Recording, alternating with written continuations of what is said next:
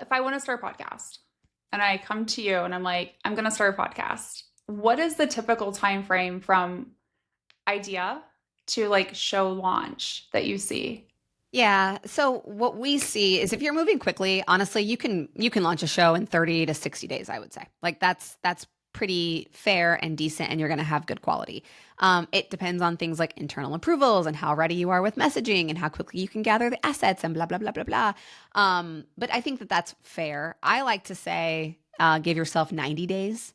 And the reason I say 90 days is because you give more room for like practicing. And so, like, I also say this too, like, your production schedule doesn't have to be the same as your release schedule, and your release schedule doesn't have to be the same as your promotion schedule. And so I think that's another thing that people don't fully understand. Like they think it's like apples to apples or black and white, and it's not.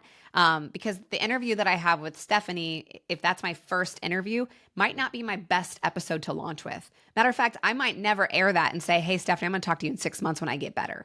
And I think giving yourself the grace for that is super important, especially if you're going back to why you're doing this. So if you're like, this is a brand effort, this is a brand awareness thing, I'm not probably going to launch my first episode unless my host is just phenomenal.